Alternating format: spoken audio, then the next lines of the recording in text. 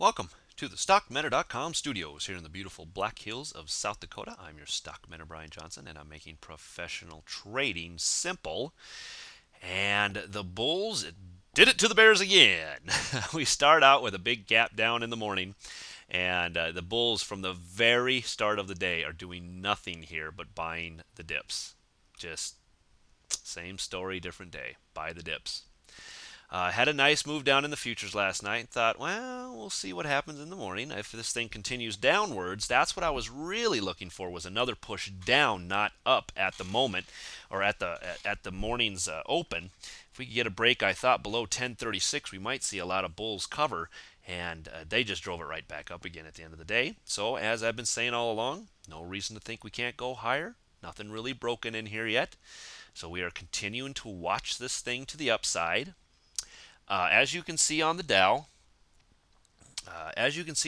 we had the Dow had a weaker day. It was behind. It was a lagger today, where it came up, and you can see where it hit resistance and it stopped on the Dow. But it was way behind a lot of the other indices as we push forward.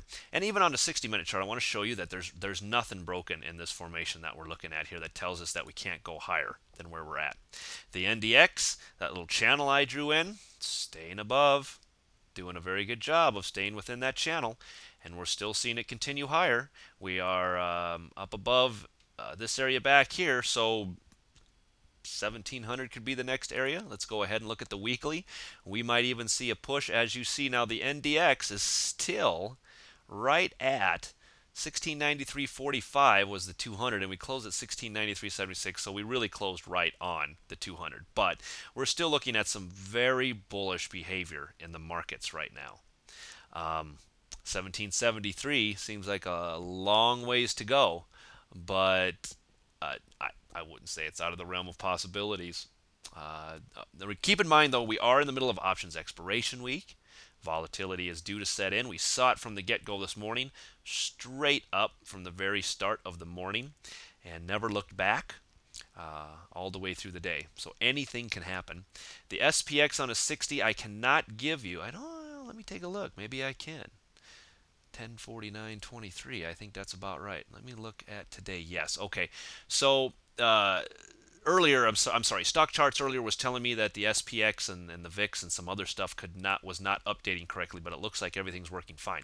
So as you can see, we were in this channel. We broke out of it on the gap down this morning, but look how we found perfect support at the 20 period moving average. And on the 60-minute, the candle closed right on support, giving us a big hammer candle down here, and it did nothing but use that support to catapult itself back up. We are now at the bottom of this channel, retesting resistance in this area. But we did break to a new high. 1048.18 was the previous, and now it's 1049.23. So still no reason to think we can't push a little bit higher. On the daily, you can see how we remained in this channel. We did get a gap lower and a push up, but we're right back into resistance at that 1050 mark, and I have been preaching about that for I don't know how long now, the 1044 to 1050 area. Finally hit the 1050 area. If we get up and above this, look at 1055, and above that, look at maybe 1065, 1066 maybe, to the upside beyond that. So we'll keep we'll keep all of this in mind as we push forward. Here is an intraday email that went out to my subscribers earlier in the day. This was about 1:22, I guess 2:22 Eastern Time. Waiting for afternoon action. Waiting for the afternoon action, but no reason to think it won't rally. There were definitely signs, and I sent those out to my mentoring students. I gave them actually snapshots showing them, hey, look at this. This is setting up precisely the way we want it to from a bullish perspective. So they got those emails as well. My students did that have mentored with me, and waiting for afternoon action, but no reason to think it won't rally. My first target here is 1047 on the ES futures, which is still about 1048 to 1050 on the SPX.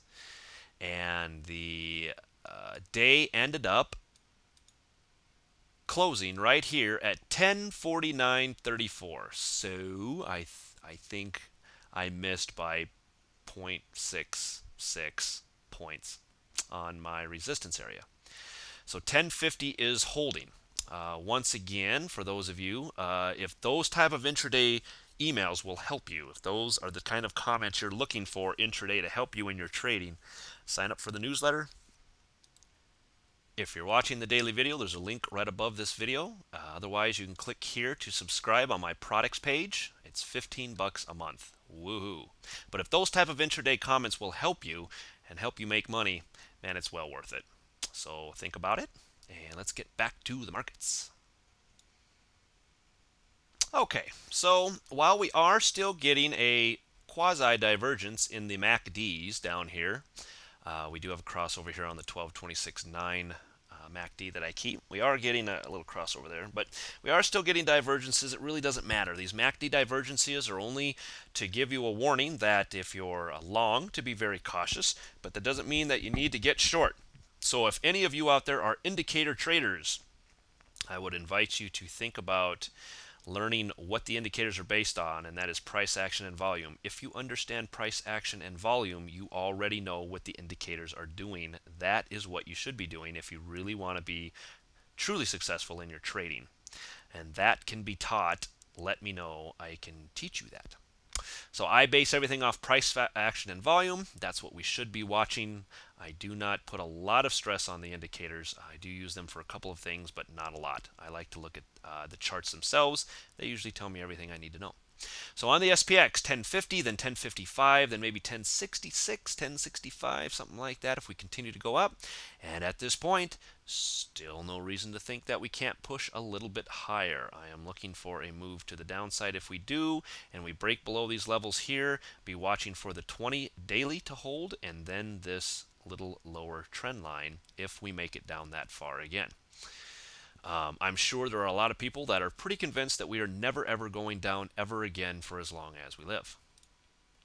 SPX on a weekly, you can see we are inching towards the 1053.54 area. That's that 1055 area I'm talking about. That is a 50% retrace of this entire move. So this is a weekly candle. I do not care what this weekly candle shows me right now because it is Monday, and I do not care until the end of Friday. But we can continue to watch and look for a break above this trend line here. That would be very bearish, and it would be a break of this formation that we've been watching for a while. The VIX on a daily saw it start up, move down all day, and on a weekly you can see we're still out and above everything, holding on to this previous support and this 200 moving average on the weekly and this previous trend line that's drawn in here. We have been moving sideways now for what appears to be about 2 months. We finally broke this trend line more by time than by price.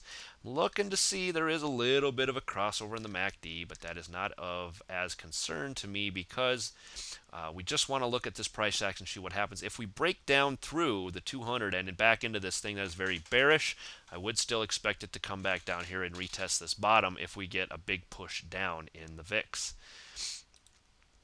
AFFY on the daily did finally break down out of this triangle. I'm telling you, this is weak. This is not what you want to see from stocks that you want to go long. So I would not recommend going long AFFY. It is down on the day. The rest of the market was up all day long, and this did nothing but dribble down all day long. We're showing relative weakness. It now has broken out of this triangle. That would have been a good short play if you would have caught it on the initial break of that triangle. From a daily standpoint, we can see that we've just come down to retest support. So while you might have been able to pull a few pennies out of the market today on this one, still nice. It's still a profit. I would be watching now for a break below the 20 to get short, test it back down into here and see what happens at this point. But that would certainly be my first price target if we break the 20, which is 21.89. We're at 22, so still 11 cents to go. ARO on a 60-minute, you can see it's still in this little channel and holding very well. On a daily, what we've been watching is for these ticks to the upside. See how it's holding this upper trend line well? And I did mention this weekend that we might end up seeing the SPX do this for a few days, where it moves upwards but never breaks that little upper trend line on the SPX. And that's kind of what we're seeing in ARO. They're kind of mirroring one another in that respect, where ARO has been doing that for a while. We'll see if it breaks above it. If it does, that's pretty bullish for ARO. Otherwise, a retest of this line might make for a very defensible short, especially at the $30 or $43 area. But a hard break up and over 43, probably not